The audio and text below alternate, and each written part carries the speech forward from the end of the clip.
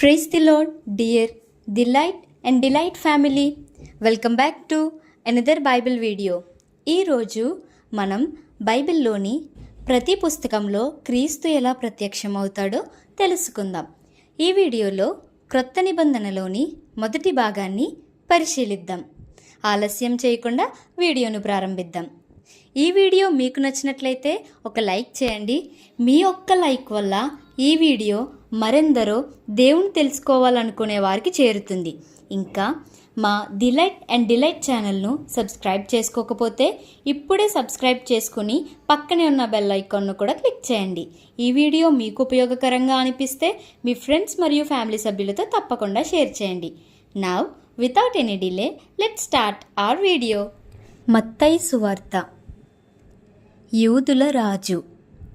మత్తయి సువార్త 2వ అధ్యాయం 1వ వచనం.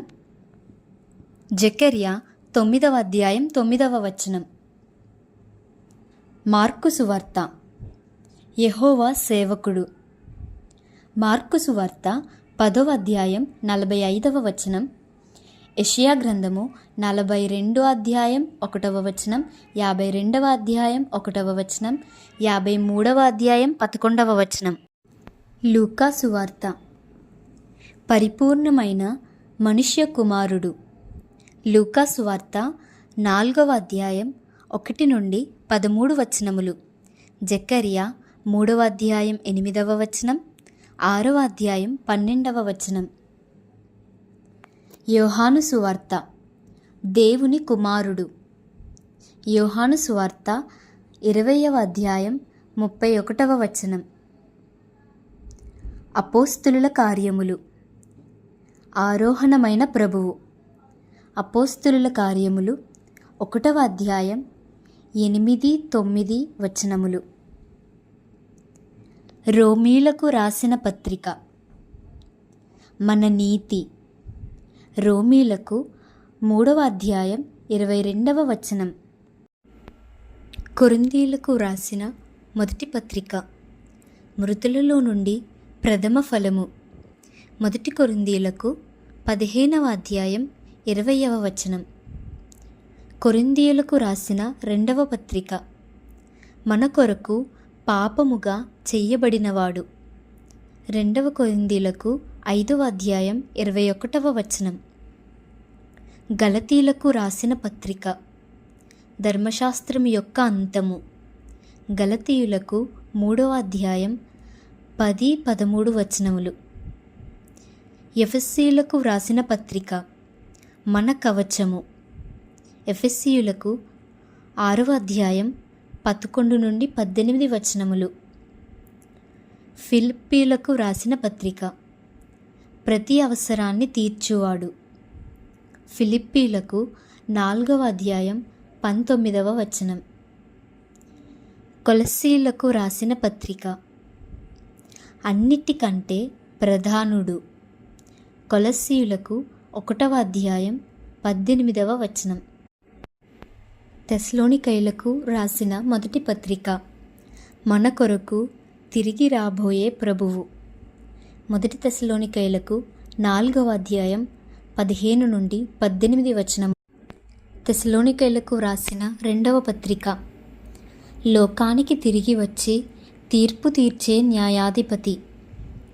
2వ తెస్సలోనికైలకు 1వ అధ్యాయం 7 నుండి 9 వచనములు. తిమోతి వ్రాసిన మొదటి పత్రిక. మధ్యవర్తి. మొదటి తిమోతికి 2వ అధ్యాయం 5వ వచనం. తిమోతి వ్రాసిన 2వ పత్రిక. కిరీటాలను ప్రసాదించువాడు. 2వ తిమోతి 4వ అధ్యాయం 8వ వచనం. తీతుకు రాసిన పత్రిక. మన గొప్ప దేవుడు మరియు రక్షకుడు. తీతుకు 2వ అధ్యాయం 13వ వచనం. ఫిలోమోనుకు రాసిన పత్రిక. తండ్రి యొక్క భాగస్వామి. ఫిలెమోనుకు 17, 19. జకర్యా 13వ అధ్యాయం 7వ వచనం. హెబ్రీయులకు రాసిన పత్రిక. మన ప్రధాన యాజకుడు. హెబ్రీయులకు 7వ అధ్యాయం 26 నుండి 28 వచనములు. యాకోబు రాసిన పత్రిక. సైన్యములకు అధిపతి అయిన ప్రభువు. యాకోబు 5వ అధ్యాయం 4వ వచనం. పేతురు వ్రాసిన మొదటి పత్రిక. ప్రధాన కాపరి. 1 పేతురు 5వ అధ్యాయం 4వ వచనం. పేతురు వ్రాసిన 2వ పత్రిక. దీర్ఘశాంతము గల రక్షకుడు. 2వ పేతురు 3వ అధ్యాయం 9వ వచనం. యోహాను రాసిన మొదటి పత్రిక. జీవవాక్యము.